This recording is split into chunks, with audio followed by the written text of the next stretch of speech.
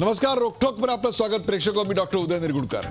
गेल्या अनेक वर्षापासून शनी शिंगणापूरला शनिदेवाच्या चौथऱ्यावर जायला महिलांना बंदी आहे. त्र्यंबकेश्वर मंदिर आणि कोल्हापूरच्या महालक्ष्मी मंदिरात देखील गर्भगृहामध्ये महिलांच्या प्रवेशाला मज्जाव आहे. वर्षानुवर्ष रूढी परंपरा यांच्या नावानं हा भेदाभेद सुरू आहे. हे सर्व स्त्रिया मुकाटपणे सहन करतायत. पण आता या विरोधात महिला संघटना आणि सामाजिक कार्यकर्त्यांनी आवाज बुलंद केलाय. मुंबई हायकोर्टाने देखील Maharashtra Hindu places and public worship act, entry authorisation act 1956 हा कायदा आहे, त्याचा हवाला देत कुठल्याही व्यक्तीला म्हणजे हिंदू व्यक्तीला मंदिर प्रवेशापासून रोखता येणार नाही असं स्पष्ट केलंय. पण कोर्टाच्या आदेशानंतरही महिलांसाठी मंदिराची दारं खुली केली जात नाहीयेत. देवस्थानचे पुजारी आणि व्यवस्थापन समिती रूढी परंपरांचा हवाला देत दार बंद करून बसलेत. या देवाला बंदिस्त केलंय की महिलांना प्रवेश नाकारलाय? महिलांना अशा प्रकारे प्रवेश बंदी करणं ही आपली संस्कृती नाही असं महाराष्ट्राचे मुख्यमंत्री देवेंद्र फडणवीस यांनी स्पष्ट केलंय. तरी देखील सुधारणा घडत नाहीयेत. महिला संघटनांनी त्याविरुद्ध आंदोलनाचा दणका दिलाय. पण तरी देखील देवस्थान समितीवाले कायदेशीर पळवाटा शोधून महिलांना त्यांचा हक्क नाकारतायत. महिलांपाठोपाठ आता पुरुषांनाही गर्भगृहात बंदी घालून समानतेचा वेगळा अर्थ लावला जातोय. म्हणजे हे कसं झालं माहितीये का? तुलाही नाही मला नाही मग घाल, या टोकाला हे सर्व जाऊन पोहोचलंय. महिलांचा मंदिर प्रवेश हा केवळ सामाजिक सुधारणांचा मुद्दा नाहीये प्रेक्षको, तर हा आता कायदा आणि सुव्यवस्थेचा प्रश्न बनलाय. शनी शिंगणापूर देवस्थान खाजगी ट्रस्ट आहे, परंतु त्र्यंबकेश्वर आणि महालक्ष्मी मंदिर हे सरकारी व्यवस्थापनाखाली, सरकारी देखरेखीखाली काम करत असतात. तरी देखील महिलांचे हक्क तिथे डावलले जात आहेत. जिल्हा न्यायाधीश मृदुला फडके स्वतः त्र्यंबकेश्वर देवस्थानच्या परिसिद्ध अध्यक्ष असताना अजूनही कोर्टाच्या आदेशाचं पालन होताना दिसत नाहीये. महालक्ष्मी मंदिराच्या गर्भगृहात पुजारांच्या घराण्यातल्या आणि राजघराण्यातल्या महिलांना प्रवेश असतो. एका महिलेनं बनवलेला नैवेद्य महालक्ष्मीला चालतो. सामान्य महिलांना मात्र तिथे अजूनही प्रवेशासाठी संघर्ष करावा लागतो. मुंबई उच्च न्यायालयानं निर्वाळा देऊनही महिलांना प्रवेश का बरं मंदिरात नाकारला जातोय? न्यायालयाच्या आदेशाचा सोयीचा अर्थ का लावला जातोय? कायदेशीर पळवाटा शोधून महिलांना दूर का ठेवलं जातंय? देवाच्या दरबारात महिला आणि पुरुष असा भेदाभेद करणं योग्य आहे का? मंदिरात महिलांना प्रवेश दिल्यानं धर्माचं असं काय नुकसान होणार आहे? धार्मिक श्रद्धा म्हणजे काळ्या दगडावरची रेघ आहे का की ती पुसता येत नाही? महिलांना प्रवेश बंदी हा कायद्यानुसार गुन्हा ठरत नाही का? आणि राजघराण्यातल्या महिला आणि पुजाऱ्यांच्या पत्नी यांना प्रवेश आणि सामान्य महिलांना नाही असा दुजाभाव का बरं करतात? महालक्ष्मी ही स्त्रीची देवता आहे, मग देवीच्याच गाभाऱ्यात देवीला म्हणजे स्त्रियांना का बरं मनाई? मंदिराच्या गाभाऱ्याचे दरवाजे महिलांसाठी कसे बरं खुले होणार? धर्म आणि न्याय यांच्यातल्या या लढाईचा शेवट नेमका काय? चला यासारख्या असंख्य प्रश्नांचा वेध घेऊयात आजच्या खास रोखोक कार्यक्रमात. उघडदार देवा आता. उघडदार देवा आता, उघडदार देवा, उघडदार देवा आता. उघडदार देवा आता. प्रेक्षको, सुरुवातीला पाहूया या विषयावरचा एक खास रिपोर्ट. आधी शनी शिंगणापूर, मग त्र्यंबकेश्वर आणि आता महालक्ष्मी मंदिर. भाविकांची श्रद्धास्थान असलेल्या या मंदिरांमध्ये महिलांना प्रवेश मिळावा यासाठी आंदोलनं सुरू झाली आहेत. मुंबई हायकोर्टानं देखील मंदिर प्रवेशासाठी महिला आणि पुरुष असा भेदभाव करता येणार नाही असा निर्वाळा दिला. कोर्टानं ज्या महाराष्ट्र हिंदू सार्वजनिक प्रार्थनास्थळ प्रवेश कायद्याचा उल्लेख केलाय त्या कायद्यात काय म्हटलंय पाहूया. जातीभेद, अस्पृश्यता मिटवण्यासाठी 1956 मध्ये मंदिर प्रवेश कायदा करण्यात आला. या कायद्याअंतर्गत एखाद्या व्यक्तीला कोणत्याही कारणास्तव मंदिर प्रवेशापासून रोखता येणार नाही. मंदिर प्रवेश दिला नाही तर गुन्हा दाखल करता येतो. मात्र एखाद्या देवस्थानानं महिलांना प्रवेश नको म्हणून पुरुषांनाही बंदी करण्याचा ठराव केला असेल तर तो विषय मुंबई सार्वजनिक ट्रस्ट कायद्यानुसार धर्मादाय आयुक्तांकडे सोपवला जातो. देवस्थान खाजगी असेल तर मात्र राज्य सरकारला त्यात हस्तक्षेप करता येत नाही. या कायद्याची अंमलबजावणी व्हायलाच पाहिजे. परंतु जसे कायदा असतो तसे कायद्यातल्या पळवाटा पण असतात आणि त्या पळवाटांची जी पळवाटा असतात त्या बुजवण्याचं काम हे न्यायाधीश महाराजांचं असतं. मला असं वाटतं की लवकरच याही बाबतीमध्ये माननीय उच्च न्यायालयामध्ये प्रकरणं दाखल होतील आणि या अशा प्रकारच्या ज्या पळवाटा काढल्या जातात त्या उच्च न्यायालयासमोर मांडल्या जातील आणि मला खात्री आहे उच्च न्यायालय योग्य तो प्रकारचा या बाबतीत निर्णय घेईल. राज्यात अशी अनेक देवस्थानं आहेत ज्या ठिकाणी महिलांना गाभाऱ्यात तसंच देवाच्या मूर्तीजवळ प्रवेश नाही. 200 वर्षांपूर्वीच्या मुंबईतील प्रख्यात सिद्धिविनायक मंदिरातही महिला आणि पुरुष असा भेदभाव केला जात नाही. आपले जो हिंदू धर्म आहे हा सर्वतोपरी सर्व बाजूनी विचार करून चालणारा धर्म आहे आणि त्यामुळे व्यक्ती स्वातंत्र्य या ठिकाणी आहे. त्यामुळे प्रत्येक व्यक्तीनं हा विचार करावा की आपण जी कृती करत आहोत किंवा जे करणार आहोत ते सर्व दृष्टिकोनातून बरोबर आहे की नाही. त्याने जर ते स्वतः ठरवलं तर मला वाटतं हा विषय जास्तपणे सोयीचा आणि सुखकर होईल आणि सोयीस्कर होईल.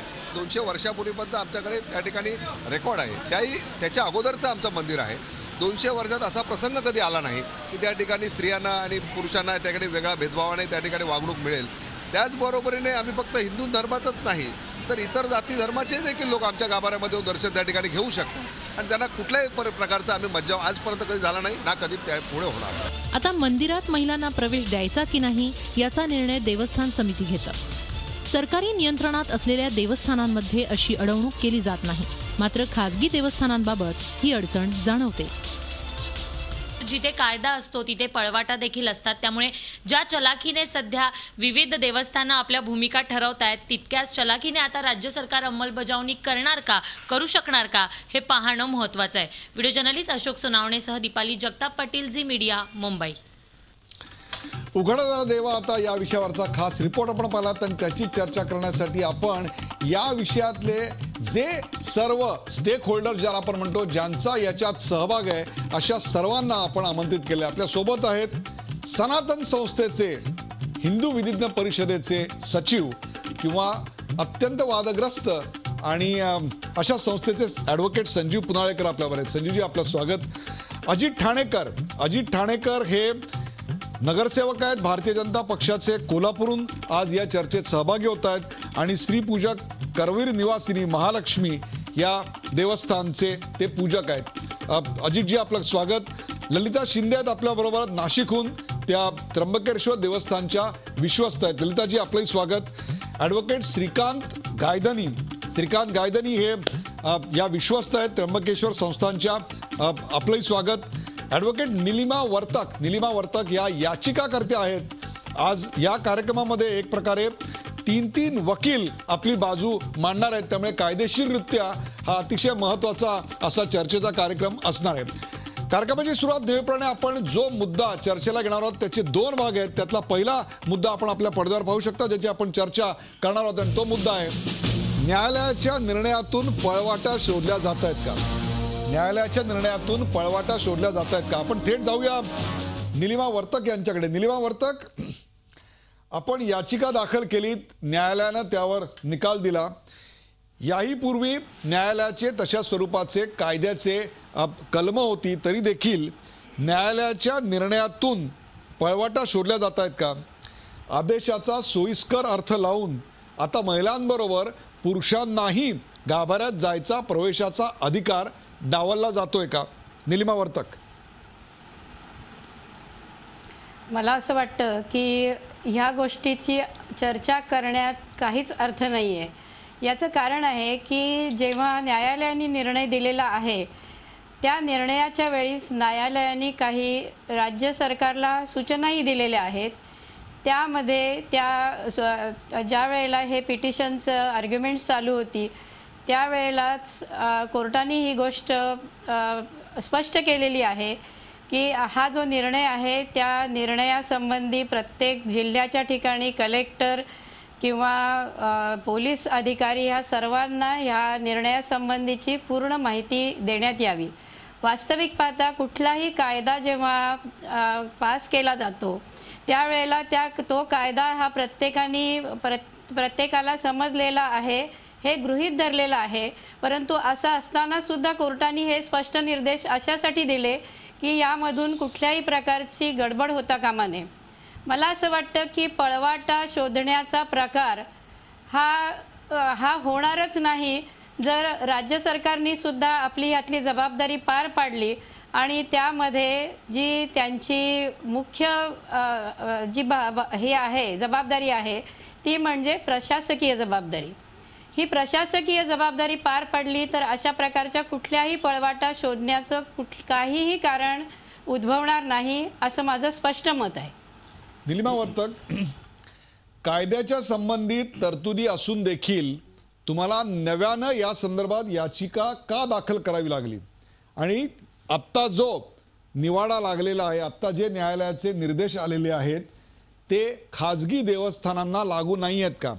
कारण ज्या 3 देवस्थानांबद्दल आपण बोलतोय त्यातलं एक शनी शिंगणापूर हे खाजगी देवस्थान आहेत, तर नाशिक म्हणजे त्र्यंबकेश्वर आणि कोल्हापूरचं महालक्ष्मी ही सरकारी व्यवस्थापनाखाली, सरकारी देखरेखीखाली चालणारी व्यवस्थापन आहेत.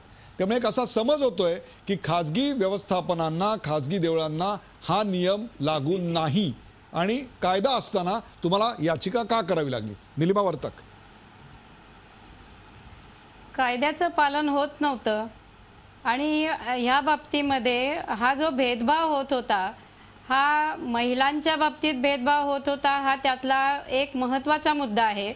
आणि दुसरी गोष्ट म्हणजे अशी आहे की हा जेव्हा कायदा पास करण्यात आला त्याची जर का पार्श्वभूमी आपण बघितली तर संविधानाने आपल्याला अनेक अधिकार दिलेले आहेत. आर्टिकल 17 प्रमाणे अबॉलिशन ऑफ अनटचेबिलिटी ही बाब स्पष्ट झाली आणि त्यानंतर अनेक प्रकारचे जे कायदे केले गेले, म्हणजे उदाहरणच द्यायचं झालं तर हा 56 सालचा ह्या कायदा, त्याचप्रमाणे protection of civil rights act, अशा तऱ्हेचे अनेक कायदे केलेले गेले आणि त्या सर्व कायद्यामध्ये फक्त हे डिस्क्रिमिनेशन जे आहे ते जातीभेदांपुरतंच मर्यादित ठेवलेलं नाही, तर त्याच्याही पलीकडे आपण गेलेलो आहोत. त्याच्यामध्ये म्हणजे जातीभेद, लिंगभेद ह्या सगळ्या गोष्टी त्याच्यामध्ये नमूद केलेल्या आहेत. या ज्या काही वाढत्या प्रमाणात स्त्रियांच्या बाबतीतल्या भेदभावाच्या ज्या घटना घडत होत्या, त्यामुळे या कायद्याची अंमलबजावणी सरकारने करावी या गोष्टीसाठी खरं म्हणजे अत्यंत दुर्दैवाची गोष्ट आहे. ज्या वेळेला कायदा अस्तित्वात असतो त्यावेळेला आपल्याला त्याची अंमलबजावणी करणं हे शासन आणि प्रशासनाचं कर्तव्य आहे. परंतु तरीसुद्धा अशा वाढत्या घटना लक्षात घेता या बाबत कोर्टाकडनं आदेश घेण्याची गरज आहे असं मला स्वतःला वाटलं. मी एक ॲडव्होकेट आहे, मी काही कुठलाही आंदोलनकर्ती नाही आहे, परंतु तरीसुद्धा कायद्याचं पालन व्हावं आणि स्त्रियांच्या बाबतीत कुठल्याही प्रकारचे म्हणजे गैरप्रकारचे भेदाभेद होऊ नयेत ह्या भावनेपोटी निलिमा वर्तक, फक्त आता एवढं सांगा की हा जो सूचना आहेत, या ज्या सूचना आहेत, हा जो निर्देश आहेत, हे खाजगी देवस्थानांच्या व्यवस्थापनांना देखील लागू आहेत की नाही? ज्या ज्या ठिकाणी प्रार्थना स्थळ आणि देवस्थान आहेत त्या सर्व देवस्थानांना अशा प्रकारचा प्रार्थनेच्या बाबतीतला कुठल्याही प्रकारचा भेदभाव केला जाऊ नये असं माझं या बाबतीतलं स्पष्ट मत आहे. न्यायालयाचे निर्देश काय आहेत? निलिमा वर्तक जी, निलिमा जी, एकच मिनिट, बोला प्लीज गो अहेड. मला असं सांगायचंय की या बाबतीमध्ये या याचिकेमध्ये कुठल्याही एका स्पेसिफिक देवस्थानाचा उल्लेख केलेला नाही. या कायद्याच्या अंतर्गत सर्व प्रकारची देवस्थानं त्याचप्रमाणे ज्या ज्या ठिकाणी म्हणजे प्लेसेस ऑफ वर्शिप या व्याख्येमध्ये ज्या ज्या ठिकाणं येतात ती सर्व ठिकाणं गृहीत धरलेली आहेत आणि ही याचिका केलेली आहे ती असं हे खूप चुकीच्या पद्धतीने हे केलं जातं की हे फक्त शनी शिंगणापूर पुरतच आहे किंवा त्र्यंबकेश्वर किंवा आणखीन कुठल्या मला फक्त एक प्रेक्षकांसमोर स्पष्ट करायचं होतं की याची व्याप्ती किंवा याची अंमलबजावणी खाजगी व्यवस्थापनांना देखील लागू आहे. आपल्यासोबत ॲडव्होकेट श्रीकांत गायधनी आहेत. श्रीकांत गायधनी, आपण त्र्यंबकेश्वर या अत्यंत महत्त्वाच्या अशा ज्योतिर्लिंगाचं स्थान असलेल्या पवित्र देवस्थानाचे विश्वस्त आहात. त्याहीपेक्षा आपण विधिज्ञ आहात, कायदेतज्ञ आहात, वकील आहात. Maharashtra Hindu places of public worship entry authorisation act 1956 आपल्यालाही माहिती असेल. त्याचबरोबर आत्ता निलिमा वर्तक यांनी जी याचिका दाखल केलेली होती त्यावरचे न्यायालयाचे निर्देशही आपण वाचले असतील. त्यांना अशा प्रकारची याचिका करावी लागली कारण तुमच्यासारख्या अनेक देवस्थानांमध्ये, तुमच्यासारख्या म्हणजे तुम्ही ज्या ठिकाणी विश्वस्त आहात अशा देवस्थानांमध्ये याचा अवमान केला जातो, महिलांना आत प्रवेश दिला जात नाही. हा गुन्हा ठरत नाही का? आपल्याला आर्टिकल 17 याच्यामुळे अस्पृश्यता अनटचेबिलिटीचे गुन्हे काय आहेत याची पूर्ण कल्पना असेल. आर्टिकल 56 नुसार प्रोटेक्शन ऑफ सिव्हिल राईट्स म्हणजे काय हेही आपल्याला माहिती असेल. या तिन्हीच्या माध्यमातून आपलं व्यवस्थापन काही गुन्हा करतंय याची आपल्याला जाणीव आहे. श्रीकांत गायधनी. नमस्कार. सर्वप्रथम मी स्वतः भारतीय राज्यघटना, माननीय उच्च न्यायालय महाराष्ट्र आणि महाराष्ट्र सरकारने जे जे निर्णय घेतलेले आहेत त्या विषयाबद्दल मी माझा आदरभाव सन्मान कायम राखून मी माझं मत व्यक्त करतो. कायदा अन्वये सगळ्या गोष्टी सर्वजण समान आहेत याविषयी हा विषय मलाही मान्य आहे. कायद्याचा वापर करताना, कायद्याने एखाद्या गोष्टीचा निर्णय घेताना त्या ठिकाणची जी परंपरा आहे, जनभावना आहे याचाही विचार केला पाहिजे. कायदाही पाळला पाहिजे आणि जनभावना तिथल्या ठिकाणची जी वर्षानुवर्ष चालत आलेली रूढी परंपरा आणि लोकांचं काय मत आहे याचा आदर करताना नुसता कायदा करून एखादा निर्णय लादण्यापेक्षा श्रीकांत गायधनी प्रबोधन. एक मिनिट. 1956 सालचा कायदा, 1956 सालचा कायदा, घटनेनं दिलेले प्रोटेक्शन ऑफ सिव्हिल राईटचे अधिकार, अस्पृश्यतेच्या विरोधातला कायदा, हे सगळे मान्य आहेत, पटतायत, पण वळत नाही असं आपल्याला म्हणायचंय. पटलं आणि वळत नाही म्हणून गुन्हा करायला परवानगी आहे असं कुठल्या कायद्यात लिहिलंय? गायधनी मला सांगा, असं कुठल्या कायद्यात लिहिलंय की पटतंय पण वळत नाही? सांगतो, न्यायालयाचा नुसता आदर नको, त्याचा सन्मान केव्हा राखणार, त्याची अंमलबजावणी केव्हा करणार? हा प्रश्न आता प्रथमच पटलावर आलेला आहे. हा प्रश्न पटलावर आल्यामुळे त्याचं असं असतं, कुठल्याही परंपरा मोडताना किंवा त्या परंपरेपासून बाजूला जाताना वेळ लागतो. ती एक प्रक्रिया असते. एकदम एखादा निर्णय ताबडतोब जरी कायद्याने घेतला गेला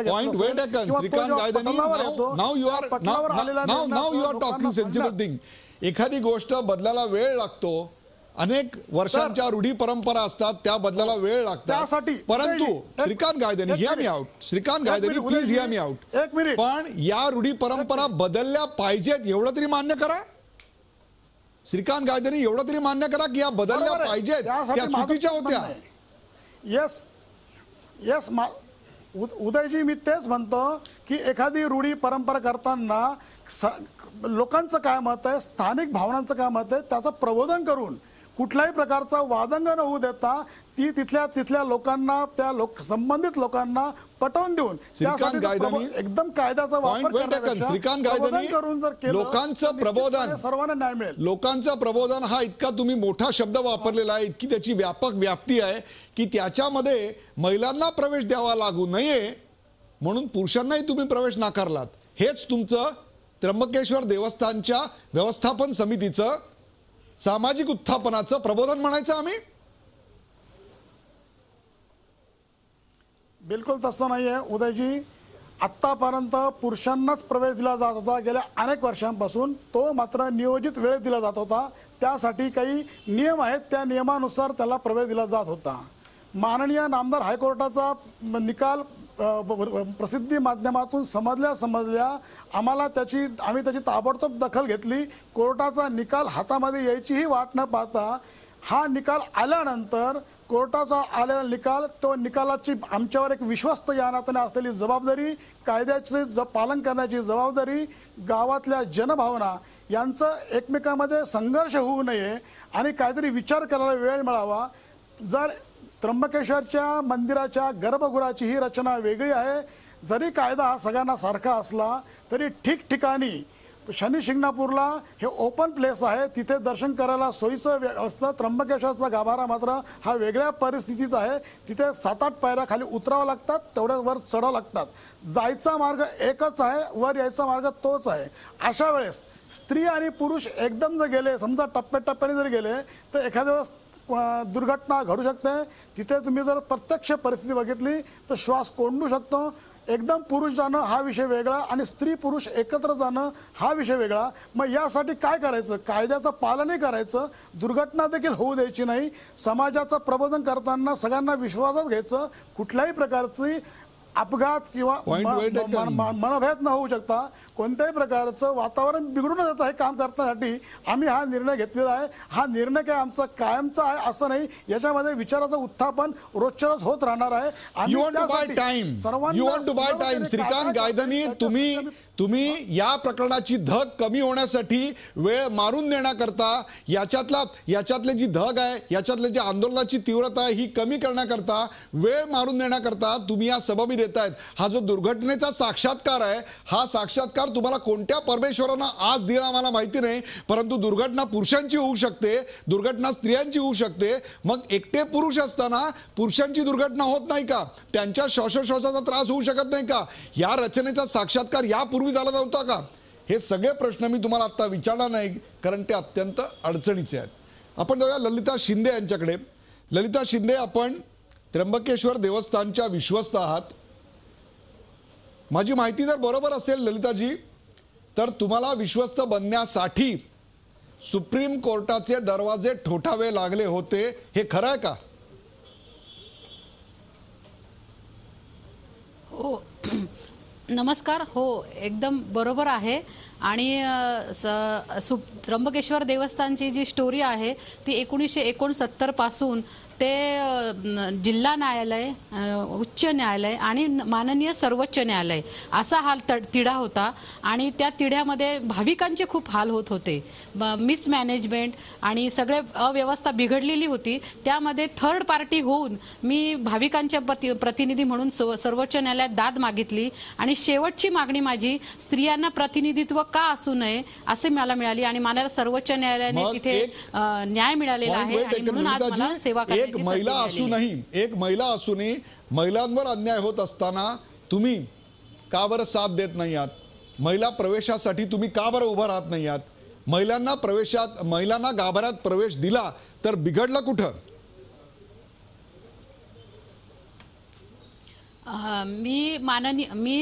उदयजी, मी सर्व उच्च न्यायालयाचा सन्मान राखते आणि मी आपल्याला हे सांगू इच्छिते की आपल्या ज्या काही परंपरा आहेत, त्या ज्या काही पुराण ह्याच्यापासून अनादी काळापासून चालत आलेल्या आहेत, त्यामध्ये खंड करण्याचा आपल्याला कुठलाही अधिकार नाही आहे. आपली हिंदू संस्कृती अत्यंत प्राचीन आहे.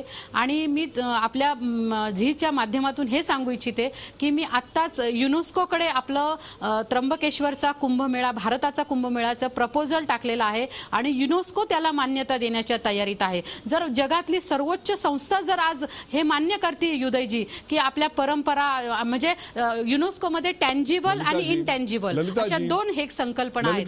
टँजिबल मध्ये ऐकून घ्या. युनायटेड नेशन्स आणि युनेस्को हा मुद्दा नाहीये. माझा आता साधा प्रश्न आहे, त्र्यंबकेश्वर मध्ये महिलांना प्रवेशासाठी आपला सपोर्ट आहे की नाही, हो की नाही, तेवढंच फक्त सांगा, मग पुढचा प्रश्न घेऊ आपण.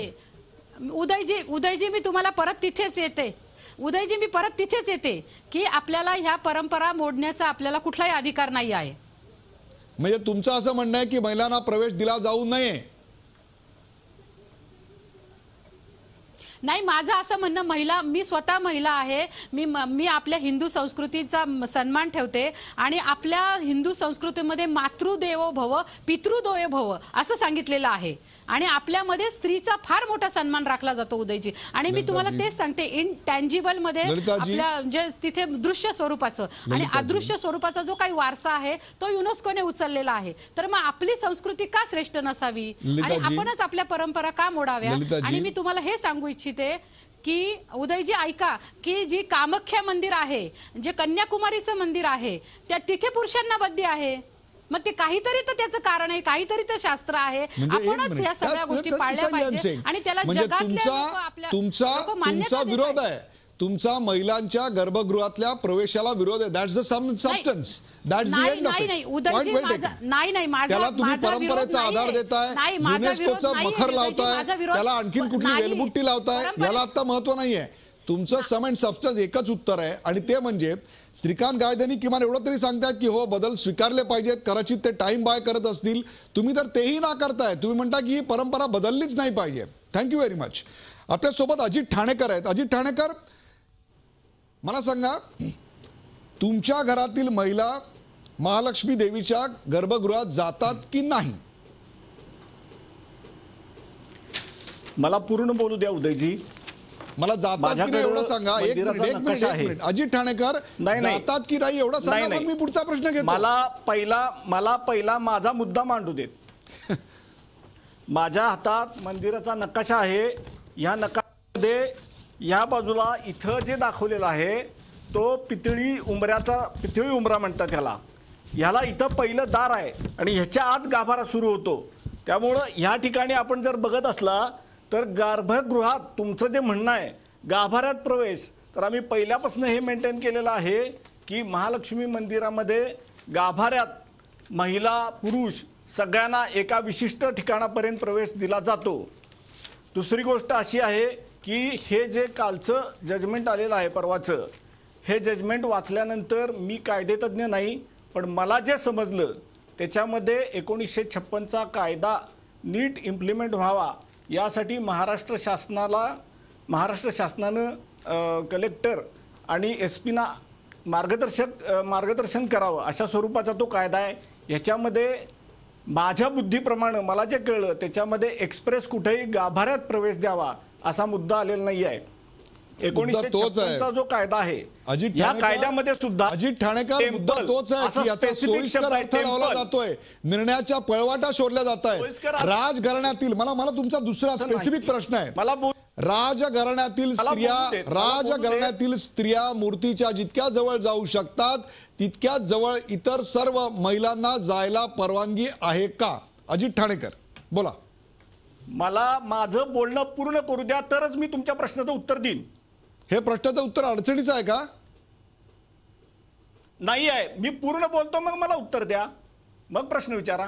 मी हाच तुम्हाला साधा सरळ स्पष्ट विचारलेला आहे की तुमच्या घरातल्या महिला ज्या ठिकाणापर्यंत जातात तेवढ्याच ठिकाणापर्यंत सर्वसामान्य महिला जाऊ शकतात का त्याच्या पुढे देखील आपल्या घरातल्या महिलांना आणि राजघराण्यातल्या महिलांना जायला मुभा आहे? एवढाच मुद्दा आहे माझा. मंदिराच्या रचनेचा मुद्दा नाही, हा आर्किटेक्चरचा मुद्दा नाही आहे, हा आपल्या मनाच्या आर्किटेक्चरचा मुद्दा आहे. मूर्तीजवळ केवळ आणि केवळ राजघराण्यातल्या स्त्रिया जातात. श्रीपूजकांच्या स्त्रिया आत मूर्तीपर्यंत जात नाहीत. दुसरी गोष्ट अशी आहे की आमच्या घरातल्या स्त्रिया ही एक व्यवस्था म्हणून लक्षात घेतली पाहिजे साहेब. ही व्यवस्था आहे. गर्भगृहामध्ये सगळ्यांना प्रवेश आहे. एक 7-8 फुटाचा फासला असतो. इथं कुठल्याही मंदिरात जावा. आज आपण असं बघू शकतो की मंदिर सोडा, कुठल्याही सरकारी कार्यालयामध्ये, कुठल्याही शाळेमध्ये, इव्हन मुख्याध्यापक बाजूला असतात ना, एका ठराविक अंतरावरनं आपण त्यांना ट्रीट करत असतो. आता मला एक्सप्लेनेशन देताय, मी तुमच्याकडे एक्सप्लेनेशन मागितलं नाही. अजित ठाणेकर, व्हाय यू आर एक्सप्लेनिंग मोड? तुम्ही स्वतः गिल्टी असल्यासारखे एक्सप्लेन का करताय? मी तुम्ही गिल्टी आहात असं म्हणलेलंच नाहीये. व्हाय आर यू एक्सप्लेनिंग? तुम्ही स्पष्टीकरण का देताय? तुम्ही चूक आहात असं मी म्हणत नाहीये. तुम्ही फक्त काय करताय, काय होतंय हे फक्त न्यायालयाच्या आदेशानंतर, कायद्याच्या नंतर काय होतंय एवढंच फक्त सांगतोय. संजू पुनाळेकर, ब्रेकला जायला थोडासा वेळ म्हणून तेवढ्यात, धर्म हा स्त्री पुरुषांमध्ये असा भेदभाव करतोय का? न्यायालयाचे असे निवाडे असताना देखील आपलं अजूनही एक विधिज्ञ म्हणून मत आहे की महिलांना प्रवेश दिला जाऊ नये? पहिली गोष्ट अशी आहे की जे तुम्ही वारंवार म्हणताय भेदभाव, न्याय आणि धर्म याच्यातला फरक, हा जो निर्णय दिला आपण वारंवार काय करतोय की न्यायमूर्तींना कितीही न्यायालयाबद्दल आदर बाळगला तरी हा जो निर्णय आलेला आहे हा कायद्याच्या दृष्टिकोनातून पूर्ण आदर बाळगून आणि त्याची जबाबदारी, जे मी बोलतोय त्याची पूर्ण जबाबदारी मी घेतो. जी काय ऍक्शन होईल, जो काय कारवाई होईल ती मी फेस करणार, तुमच्यावर काही येणार नाही. स्पष्ट सतत सांगतो की एवढा चुकीचा निर्णय मी आतापर्यंत पाहिलेला नाही. याच्या विरुद्ध अर्ज केले जातील आणि ते ऐकले जाईल. याचं कारण त्या कायद्यामध्ये अनटचेबिलिटीचा कायदा होता, त्या जाती भेद, धर्म, कास्ट, क्लास हा होता. त्यामध्ये जेंडर किंवा सेक्स असा अर्थ जर का लोकसभेला अभिप्रेत असता, राज्यसभेला असता, तो घातला असता. या ठिकाणी ज्या प्रकारे ती याचिका ऐकली गेली, घाईघाईने ऐकली गेली, दुसऱ्या खंडपीठासमोर याचिका प्रलंबित असताना ऐकली गेली, मला खरोखर खेदाने नमूद करावं असं वाटतं. आणि ही टीका मी घटनेच्या मर्यादा सांभाळून करतो आहे की ज्युडिशियल इनडिसिप्लिन ज्याला म्हणावं त्याचा नमुना म्हणजे हा निर्णय आहे. याचं कारण हा कायदा तिथे लागू नाही. आता आपण कायद्याच्या माध्यमातून म्हणजे याचं कारण सांगतो. ज्या कायद्याला अनुसरून न्यायमूर्तीला निर्णय दिलाय, म्हणजे आमच्या धर्माच्या बाबतीत न्यायमूर्तीने चुकीचा निर्णय दिल्यानंतर आता तुम्ही म्हणाल तुम्ही वेळ विकत घेता, यू आर बाईंग टाईम. नाही, न्यायमूर्ती पुढे अर्ज केले जात आहेत. यांनी नाही ऐकलं, सर्वोच्च न्यायालय पुढे जाऊ. आता शबरीमलाचा मुद्दा आहे, कित्येक वर्ष प्रलंबित आहे, म्हणजे इतकी वर्ष त्यांना ते समजलं नाही. हे या मुंबई उच्च न्यायालयात बऱ्याच या न्यायालयांचे, याच न्यायाधीशांचे कित्येक निर्णय फेरपालट झालेले आहेत. हा निर्णय फेरपालट होईल. मुळात मुद्दा असा आहे की संजीव पुराणेकर, तुमचे 2 मुद्दे आहेत आणि ते म्हणजे हा चुकीचा निर्णय आहे आणि हा कायदा या आत्ताच्या आपण जी केस म्हणतोय त्याला लागू होत नाही. वेळ झाला का ब्रेकची? ब्रेक नंतर आपण चर्चा चालू ठेवूया. कुठे जाऊ नका, पाहता झी24 आपण पाहताय उघडदार देवा आता. उघडदार देवा आता, उघडदार देवा, उघडदार देवा आता, उघडदार देवा, उघडदार देवा आता, उघडदार देवा, उघडदार देवा आता, उघडदार देवा. उघडदार देवा आता ही रंगलेली चर्चा आपण पाहतात. आपल्यासोबत ॲडव्होकेट संजीव पुनाळेकर, अजित ठाणेकर, हे करवीर निवासिनी महालक्ष्मीचे श्रीपूजक आहेत, ललिता शिंदे त्र्यंबकेश्वर देवस्थानच्या विश्वस्ता आणि श्रीकांत गायदरी हे त्र्यंबकेश्वर देवस्थानचे विश्वस्त, निलिमा वर्तक आणि संजीव पुनाळेकर आहेत.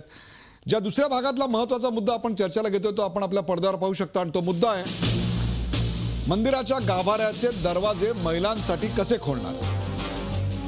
मंदिराच्या गाभाऱ्यांचे दरवाजे महिलांसाठी कसे खुले होणार. निलिमा वर्तक, आपण आता पाहिलं ललिता शिंदे काय म्हणाल्या. ललिता शिंदेनी परंपरेचे, युनेस्कोचे असे बरेच काय काय दाखले दिले. स्वतः सुप्रीम कोर्टापर्यंत जाऊन त्यांनी विश्वस्त मंडळात त्यांचा समावेश झाला हे देखील सांगितलं. एक महिला असूनही अन्याय महिलांवर होतोय यात आपण सामील होणार का, तर त्यांनी स्पष्टपणे त्याला नकार देत इथली परंपरा कायम राहावी असं सांगितलं. निलिमा वर्तक, आपल्या लक्षात आलं असेल की विरोध फक्त पुरुषांचा नाही आहे तर विरोध महिलांचा देखील आहे. दुसरा मुद्दा, एकूणच हा निर्णय चुकीचा आहे आणि तो एका कायदेतज्ञाने व्यक्त केलेलं मत आहे संजीव पुनाळेकर यांनी. आणि तिसरा, हा कायदाच यावेळी लागू होत नाही, हा गैरलागू झालेली गोष्ट आहे. या तिन्हीबद्दल आपलं मत. निलिमा वर्तक. मला असं वाटतं की हे जे काही परंपरांचा मोठा भाऊ केला जातो ना, त्या सर्वांनी एक गोष्ट लक्षात ठेवली पाहिजे की कायद्यामध्ये हे अगदी स्पष्ट आहे. परंपरा म्हणजे काय, रूढी म्हणजे काय आणि कस्टम म्हणजे काय, या सगळ्या गोष्टी कायद्यामध्ये स्पष्ट आहेत. कस्टमचं समाजावरती असणारा पगडा म्हणजे काय आणि तो किती डीप रूटेड आहे हे सुद्धा कायद्याने अभ्यासलेलं आहे. आणि ह्या सर्वांच्या पलीकडे जाऊन मला आपल्याला इथे नमूद करावंसं वाटतं की कायद्यामध्ये इतकं स्पष्ट आहे की if there is any conflict between the law and custom the law will prevail. का आपण या परंपरांचा पुन्हा अशा तऱ्हेने वापर करतोय हेच मला कळत नाही. दुसरा मुद्दा जो आहे तो मला असं वाटतं की वकील साहेब आहेत, आपण सुविद्य आहात, आपण ही गोष्ट लक्षात घेतली पाहिजे. पहिली गोष्ट म्हणजे हा जो कायदा आहे हा महाराष्ट्र राज्याचा, राज्य सरकारचा कायदा आहे. त्याच्यामध्ये राज्यसभा लोकसभा याचा कुठेही संबंध नाहीये. परंतु तरी सुद्धा मला गोष्ट तसं नाही, तो कायदा राज्याचा आहे त्याबद्दलच मला म्हणायचं, मी चुकून ते बोललो होतो. परंतु राज्याचा उल्लेख जेंडर किंवा सेक्सचा उल्लेख मला दाखवा ना, त्यात नाहीये ना. तुम्ही मुद्द्याला सोडून ना तुम्ही ही चूक शोधताय, हे बरोबर नाही. तुम्ही त्याला जेंडर किंवा सेक्स शब्द दाखवा, म्हणजे तुम्हाला असं म्हणायचंय का? मी कुठेही हे शोधत नाहीये, कुठल्याही त्याच्यामधला हे शोधत नाहीये. मुळामध्ये आपल्याला आपल्या संविधानाने समानतेचा राईट दिलेला आहे. कशासाठी आपण त्याच्यापासून वेगळं जायचं. हा जो अधिकार आहे हा अत्यंत महत्वाचा अधिकार आहे. आणि ज्या वेळेला एखाद्या स्त्रीनी स्वतःचा अधिकार वापरून सुप्रीम कोर्टापर्यंत न्याय मिळवला, मी ललिताताईंचं खरोखरच अभिनंदन करते की त्यांनी हा आपला हक्क सुप्रीम कोर्टात जाऊन मिळवला. परंतु असं असताना त्याचंच उत्तर देते. असं असताना सुद्धा आपल्या ज्या भगिनी आहेत ह्या भगिनींच्या बाबतीतही न्याय व्हावा असं त्यांना का वाटत नाही, हे मला अत्यंत आश्चर्याची गोष्ट आहे. आणि मला परत आपल्याला हे सांगायचंय की ह्याच वृत्तीमुळे आपल्या समाजातल्या स्त्रियांचं जे पुन्हा त्या पाठीमागे फेकल्या जातात त्याचं हे कारण आहे. ह्याच रूढी परंपरा आहेत. या रूढी परंपरांनी देवदासीसाठी अत्यंत निगृण पद्धतीची रूढी आपल्या समाजात रोवली गेली होती. आपण विसरणार आहोत का या गोष्टी? या परंपरा नव्हत्या का? का आपण त्याच्यासाठी झगडलो आणि का त्या फेकून दिल्या? आणि मला असं आपल्याला सांगावंसं वाटतं की या सगळ्या गोष्टींचा आपण विचार केला पाहिजे. निलिमा वर्तक, आपण याचं उत्तर घेऊया ललिता शिंदे यांच्याकडनं. ललिता शिंदे, अनेक अशा रूढी परंपरा आपण काळाच्या ओघात सोडून दिल्या. त्यात सतीची परंपरा होती आपल्याकडे, त्याचाही उल्लेख, अशा अनेक परंपरा मी तुम्हाला सांगू शकतो. मुद्दा तो नाही आहे. मुद्दा असा आहे, याचं उत्तर तर द्याच, परंतु याच्या पलीकडे जाऊन महालक्ष्मी ही एक स्त्रीची देवता आहे, स्त्री देवता आहे. महिला देखील स्त्रियाच आहेत. मग पूजा अर्चा करायला महिला का चालत नाहीत? महिलांनी बनवलेला प्रसाद चालतो, मग गाभाऱ्यांना महिलांना प्रवेश का दिला जात नाही? राजघराण्यातल्या स्त्रिया प्रवेश घेऊ शकतात, पुजाऱ्यांच्या पत्नी प्रवेश घेऊ शकतात, पण मग इतर स्त्रियांनी काय गुन्हा केलेला आहे? उदयजी, मी मॅडमला धन्यवाद देते की त्यांनी माझं कौतुक केलं. आणि मी तुम्हाला हे सांगू इच्छिते की काही विशिष्ट ठिकाणीच अशा गोष्टी पाळल्या जात आहेत. मी संपूर्ण भारतात म्हणा किंवा संपूर्ण ज्योतिर्लिंगाच्या ठिकाणी अशा काही गोष्टी घडत नाही आहेत. आणि आपण समजा एखाद्या दुसऱ्या देशात गेलो तर तिथले आपण नियम कायदे पाळतोच ना. मग तसं इथल्या ज्या हे त्र्यंबकेश्वराचं मंदिराचं गर्भगृह आहे, इथे ब्रह्मा विष्णू महेश याचं ज्योतिर्लिंग स्वरूपात तिथे ते स्थानापन्न आहेत. तिथे ह्या असं प्रत्येक ठिकाणी नाही आहे ना. मग ह्याचं काहीतरी तो वैशिष्ट्य आहे आणि म्हणूनच ते आपल्याला पुढे न्यायचं आहे. आणि आपली ही संस्कृती श्रेष्ठ आहे, म्हणूनच त्याचं आपल्याला पालन करायचं आहे. ललिताजी, इथं अनेक प्रकारच्या रूढी परंपरा होत्या. त्यातली एक रूढी परंपरा मी तुम्हाला सांगितली. राजा राममोहन राय यांनी याच्याविरुद्ध प्रचंड मोठा लढा उभा केला होता. बालविवाहाची प्रथा रूढी सुद्धा आपल्याकडे होती, तो देखील समाज नियम होता, पण तो काळाच्या ओघात बदलला की नाही? माझा मुद्दा असा आहे, आपण महिला असूनही या बदलाचं स्वागत का करत नाही आहात? अहो, महिलांनी बनवलेला प्रसाद तुम्हाला चालतोय. आज कोल्हापूरमध्ये महालक्ष्मीला तोच प्रसाद चढवला जातो, तोच प्रसाद नैवेद्य म्हणून चढवला जातो आणि तोच आम्ही प्रसाद म्हणून घेतो. महालक्ष्मी ही स्त्रीची देवता आहे, मग पूजा अर्चा करायला स्त्रिया का चालत नाहीत? याचं मला पटेल असं लॉजिकल उत्तर द्या. याचं कारण असं आहे, तुम्ही ज्या जनरेशनचं प्रतिनिधित्व करताय ललिताजी, ज्या जनरेशनचं तुम्ही प्रतिनिधित्व करताय त्या जनरेशन मध्ये आणि गुगलच्या नंतर जन्माला आलेल्या जनरेशन मध्ये आणि त्यांच्या विचारसरणीत पूर्णपणे फरक आहे. ती विचारसरणी जी आहे ती प्रत्येक प्रश्नाला का असं उत्तर विचारते, प्रश्न विचारते, त्याचं उत्तर त्यांना मिळायलाच हवं, म्हणून तुम्ही उत्तर द्या. ललिताजी. उदयजी, मी कोल्हापूर संस्थांबद्दल इतकं सांगते की म्हणजे त्या देवत्वाला आणि आपल्या मनुष्याला असं एकत्र आणू नका. ते देवत्वाचं रूप आहे आणि त्याच्यात आणि आपल्या मनुष्यामध्ये खूप फरक आहे. आपण जर देव मानतो ना, मग देव मानतो तर त्याचे नियम आहेत ना. आणि राहिला, मी पण पुरोगामी विचारांचे आहे, पण मी परत तेच सांगू इच्छिते की काही विशिष्ट ठिकाणीच अशा घटना म्हणजे अशा नियम पाळले जातात. काही विशिष्ट ठिकाणचा हा नियम लावला जातोय आणि त्याचा तुम्हाला पटतंय? काही विशिष्ट ठिकाणी हा नियम लावला जातोय, काय सांगाल आपण? मला अजिबात ही गोष्ट पटत नाहीये. पहिली गोष्ट म्हणजे धर्माची जी व्याख्या हे करतायत, ही व्याख्याच मला पटत नाहीये. धर्म म्हणजे काय आहे? आपल्याला विवेकानंदांनी शिकवलेला धर्म म्हणजे धर्माचं तत्वज्ञान आहे. या रूढी परंपरा याच्यामधला धर्म नाही. आणि स्त्री देवतांचा जर का विचार केला, विशेषतः हिंदू धर्मातल्या स्त्री देवतांचा विचार केला, तर त्या एक प्रकारामधल्या स्त्री देवता आहेत त्या स्वतःच्या कर्तृत्वाने, कर्तृत्व हा शब्द मी खूप जबाबदारीने वापरते. कर्तृत्वाने म्हणजे ही कर्तृत्व हे काय आहे हे आपण लक्षात घ्यायला पाहिजे. काली देवता, दुर्गा देवता यांनी ज्या प्रकाराने म्हणजे लढून जो समाजाच्या पुढे एक आदर्श घालून दिला, अशा प्रकारच्या वीरांच्या देवतांना सुद्धा तुम्ही अशा तऱ्हेने जर का बंदिस्त करणार असाल तर ही अत्यंत दुर्दैवाची गोष्ट आहे असं मला वाटतं. धर्माचा अभिमान असावा. निलिमाजी, आपण क्षणभर चर्चा पुढे नेऊया. क्षणभर पुढे चर्चा पुढे. संजीव पुनाळेकर, सवाल असा पैदा होतोय की तुम्ही आता न्यायाच्या बाजूचे आहात की धर्माच्या बाजूचे? मी निश्चितपणे धर्माचा न्याय हा एक भाग आहे. आता त्या म्हणाल्या निलिमाताई, मला खरोखर वाईट वाटतं की त्यांनी एक पद्धतशीरपणाने, मी त्यांच्यावर काही वैयक्तिक आरोप करणार नाही, पद्धतशीरपणाने कायदेशीर प्रक्रिया आणि धर्माची चिकित्सा एकत्र करून टाकली आहे. त्याची चर्चा करतात धर्म काय, विवेकानंद काय आहे, ही करण्याची जागा कुठचे सांगू तुम्हाला निलिमाताई? त्या ठिकाणी त्र्यंबकेश्वरला एक धर्मसभा बसली पाहिजे आणि व्हायला पाहिजे चर्चा. ही जस्टिस वाघेलांच्या चेंबरमध्ये किंवा त्यांच्या कोर्टरूममध्ये करण्याची चर्चा नाही. आमचा आक्षेप याला आहे, बदल आणायला पाहिजे, प्रक्रिया हवी. कुठे हवी? न्यायपालिकेच्या ह्याच्यात. आता तुम्ही म्हणाल धर्म आणि परंपरा, तुम्हाला एक उदाहरण देतो. सगळ्या स्त्रिया समान आहेत, बरोबर? हिंदू धर्मामध्येच, फक्त हिंदू धर्मामध्ये एखादा माणूस मरण पावला तर त्याची पती पत्नी जी कोणी असेल, मुलं आणि आईला अधिकार आहे, फक्त हिंदू धर्मात. दुसऱ्या कुठच्याही धर्मात आईला अधिकार नाही. आणि हिंदू धर्म ही परंपरा विरोधात आहे. आणि ही परंपरा हिंदू धर्मात 5000 वर्ष आहे. आता ही रूढी परंपरा घेऊन कोणी म्हणालं की ते भेदभाव होतोय, मी त्या मुलाचा बाप आहे, मला काही मिळणार नाही, फक्त आईला मिळणार, असं होत नाही. त्याच्या मागे काही विचार आहे. हा मनुवादी विचार आहे, पण विचार आहे की स्त्रीचं जेव्हा मूल मरण पावतं तेव्हा स्त्रीला मिळालं पाहिजे, बापाला मिळायचं कारण नाही. कोणी नसेल तर प्रत्येक बाबतीत विचार आहे. त्यातही बदल येईल काही काळानंतर. अगोदर पोटगीचा नियम होता, स्त्रीला मिळायचं, काळ बदलला, आता काही पुरुषांनाही मिळायला लागली. काळ हा बदलत असतो, परंतु काळ बदलला की नाही ह्याची एक प्रक्रिया आहे. मला तुम्हाला एक विचारायचं आहे की तुमच्याबरोबर सहपिटिशन आहेत विद्या बाळ, त्यांचा लेख मी वाचला होता की केवळ काही एका धर्माच्या लोकांना सरस्वती पूजन आवडत नाही म्हणून त्यांनी आपल्या कार्यक्रमात बंद केलं भावना जपायला. आमच्या भावना जपायला अशी काही तडजोड करायला तुम्ही तयार नाही. तुम्ही न्यायालयात जातात, चर्चेला कोणी अडवलं? होऊ देत ना धर्मसभा, 1 तास 2 तास, 1 वर्ष 2 वर्ष. परंतु आज सर्वोच्च न्यायालयात प्रलंबित असताना पुनाळेकर, या देशातले महत्वाचे प्रश्न हे धर्मचर्चेने सोडवायचे का न्यायालयानं? याचा फैसला कधी होणार? धर्मचर्चा हे प्रश्न सोडणार का न्यायालय?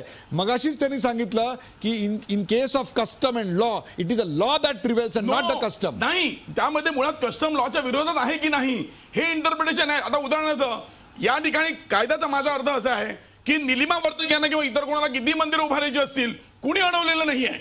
कायद्याने तुम्हाला बंदी असती तर कस्टम विरोधात असती, परंतु तसं नाही. आणि ज्या मंदिरामध्ये प्रवेश नाही आहे. चर्चा पुढे नेऊया. श्रीकांत गायधनी बोला. श्रीकांत गायधनी. धर्म आणि परंपरा याचा जर विचार करायचा झाला उदयजी, तर कायदा हा सर्वांना मान्य आहे, कायद्याचा आदर हा सर्वांनी राखला पाहिजे. पण याच कायद्याचा जो उगम आहे, tradition is a source of law. आम्हाला लॉच्या पहिल्याच वर्षाला पहिल्याच दिवशी हे शिकवलेलं आहे की कायदा तयार होताना tradition is a source of law. तिथली रूढी परंपरा, जनमानस, लोकल परिस्थिती या सगळ्यांचा विचार आणि घालूनच हा कायदा तयार झालेला आहे.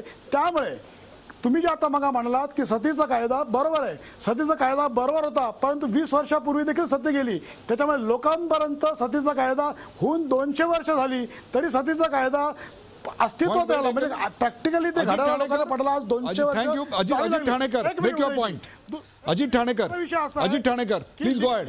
लिंगभेदाचा विचार आहे. अजित ठाणेकर, कोल्हापूरच्या महालक्ष्मी मंदिरासंदर्भात अशा स्वरूपाची याचिका हायकोर्टामध्ये पेंडिंग आहे. त्याच्या संदर्भात देवस्थान समितीच्या तत्कालीन अध्यक्षांनी जे ॲफिडेव्हिट केलेलं आहे त्यातलं सायटेशन मी वाचून दाखवतो. वी ॲग्री, सुप्रीम कोर्टाचं सायटेशन आहे. We agree that the right protected by article 25(2)(b is a right to enter into a temple for purpose of worship and that further it should be construed liberally in favor of the public, but it does not follow from this that right is absolute and unlimited in character. So please aika, no member of the Hindu public could, for example, claim as part of the rights protected by article 25(2)(b that a temple must be kept open for worship at all hours of the day and night, or that he should personally perform those services which the archaks alone could perform. It is again a well-known practice of religious institutions of all denominations to limit some of these services या सगळ्याच्या पलीकडे जाऊन अजित ठाणेकर या सगळ्याच्या पलीकडे जाऊन घटनेनं दिलेला अधिकार नावाची काही गोष्ट आहे की नाही? निलिमा वर्तक, काय सांगाल? या सगळ्याच्या पलीकडे जाऊन घटनेनं दिलेला अधिकार काही गोष्ट आहे की आता जे काही वाचून दाखवलं ना त्याच्यामध्ये तरी डिस्क्रिमिनेटिंग राईट कुठे आहे? हो, कुठे त्यांनी म्हटले की आम्ही बायकांना देणार नाही म्हणून? नाही म्हटलेलं त्यांनी.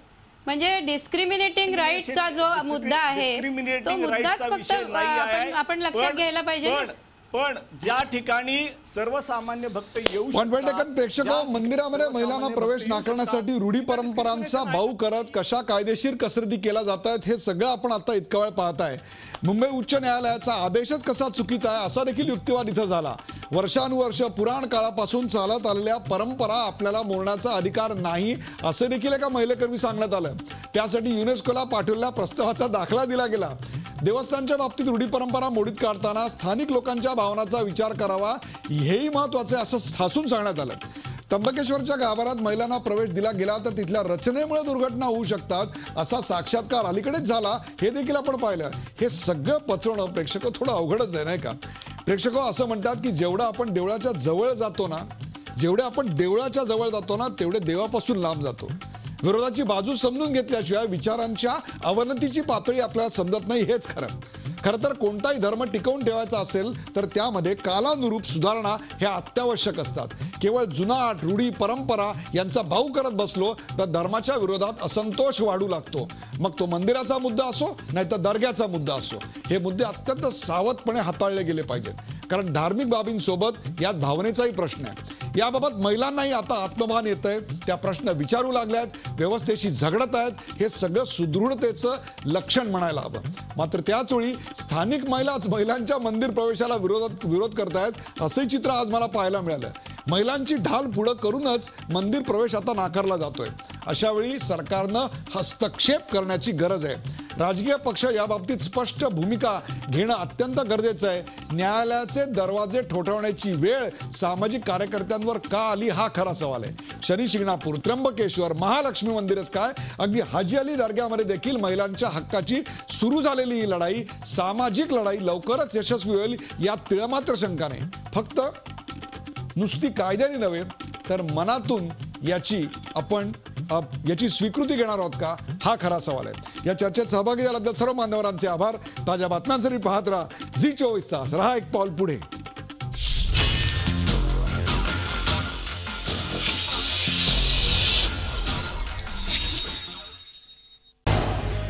झी24 तास रहा एक पाऊल पुढे.